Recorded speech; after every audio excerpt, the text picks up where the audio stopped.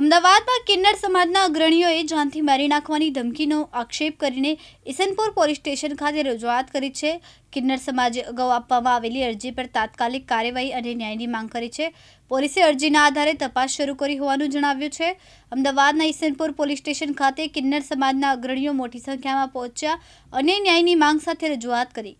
કિન્નર સમાજના જણાવ્યા અનુસાર સંજય વ્યાસ નામના વ્યક્તિ દ્વારા સમાજના અગ્રણી સિલ્ક દેને અવારનવાર ફોન પરથી જાનથી મારી નાખવાની ધમકીઓ આપવામાં આવી રહી છે. ઉપરાંત કિન્નર સમાજ અંગે અપશબ્દો અને ગાળો બોલાતી હોવાનો આક્ષેપ પણ કરવામાં આવ્યો છે. સમગ્ર મામલે કિન્નર સમાજના અગ્રણી કામિની દેના નેતૃત્વમાં સમાજના સભ્યોએ ઈસનપુર પોલીસ સ્ટેશન પહોંચીને અગાઉ આપવામાં આવેલી અરજીના આધારે તાત્કાલિક અને કડક કાર્યવાહીની માંગ કરી હતી. કિન્નર સમાજે જણાવ્યું કે સતત મળતી ધમકીઓના કારણે સમાજમાં ભયનો માહોલ છે અને આરોપી સામે કાયદેસરની કાર્યવાહી કરવામાં આવે તેવી પણ માંગ છે. આ તરફ ઈસનપુર પોલીસ સ્ટેશનના પીઆઈ જાડેજાએ જણાવ્યું કે અરજીના આધારે સમગ્ર મામલે તપાસ શરૂ કરવામાં આવી.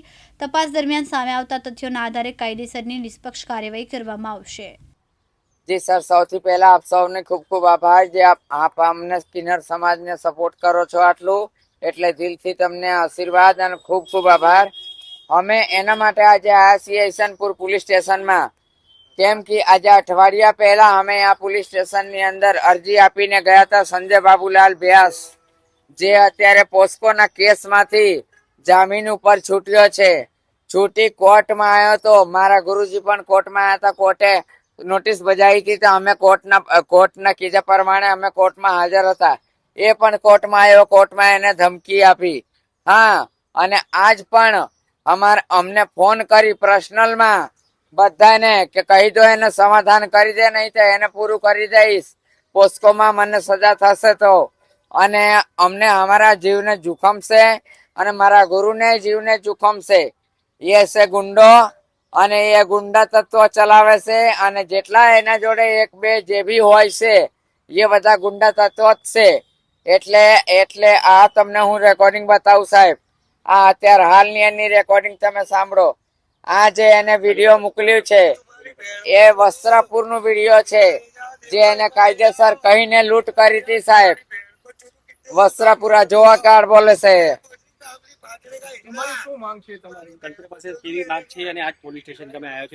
જી, અમારે તંત્ર પાસે એ જ માંગ છે સાહેબ કે અમે આ ખડાવાળા માસીઓ છીએ, અમે નાની નાની બાળકોને દત્તક લીધેલા છીએ સાહેબ. 7 વર્ષની દીકરીને ના કરવાનું કર્યું હતું તો પોસ્કોની કેસ દાખલ થઈ છે એના ઉપર. એ સમાધાન કરવા માટે મથી રહ્યો છે અને અમારી જીવની પાછળ પડ્યો છે, મારા ગુરુને જીવને પાછળ પડ્યો છે. અને નાની નાની દીકરીઓ અમે ખોળે લઈ લીધી છે. હા, તો એ અમારી દીકરીઓને પણ બહુ જ અભદ્ર વર્તન બોલે છે, એવું અભદ્ર વર્તન બોલે છે કે અમે કહી નહીં શકતા. પણ સાહેબ, અમે તંત્ર જોડે એ જ ખાલી કહીએ કે આજે આવા ગુંડાઓ બેફામ આ રીતના શહેરમાં કરતા હોય તો આ લોકો જ્યાં રહેતા હોય ત્યાં શું ના કરતા હોય. નાની નાની અમારી દીકરીઓ સેફ નહીં. અમે સ્કૂલે નહીં મોકલતા અમારી દીકરીઓને. અમારી નાની દીકરી જે છે એટલી પી ગઈ છે કોર્ટમાં. એ દિવસે અમે લઈ ગયા હતા તો સાહેબને અમે જ જોઈને એ દીકરી પી ગઈ, હરી ગઈ એને જોઈને. એ દિવસે અમે એને લઈ જઈને બાટલા ચડાયા હોસ્પિટલમાં સાહેબ.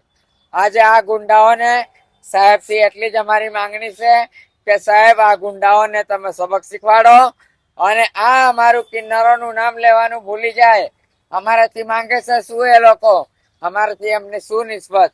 અમારા જજમાન અમને 2 રૂપિયા આલે છે. ખારા ખોટા જે બી હોય અમારા જજમાન 2 રૂપિયા આલે, અમે કહીએ છીએ. એમના ઉપર અમારી જિંદગી છે.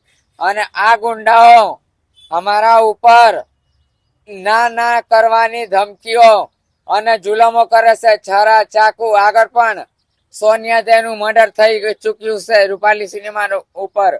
આ જ પૈસાની ચક્કરમાં, આ ગુંડાગર્દીની ચક્કરમાં જ ગોળી મારીને હત્યા કરવામાં આવી હતી. તો આ એ જ બધા ગુંડાઓ છે. તો સાહેબ શ્રી એટલી જ અમારી વિનંતી છે કે સાહેબ તમે અમારી રિક્વેસ્ટ સાંભળો અને તમે ડીપલી આની જાંચ કરો સાહેબ. એટલે આપ સાહેબ ને ખ્યાલ આવે કોઈ મોટી અનહોની બની જાય એના મારા આપ સાહેબ ને હાથ જોડીને વિનંતી છે કે તમે આ ડીપલી જાંચ કરો અને અમને અરેસ્ટ કરો સાહેબ. જે બી હોય તમારા સામે આવી જશે સાહેબ. ઓકે. ચિરાગ સોની, દિવ્યાંગ ન્યૂઝ, અમદાવાદ.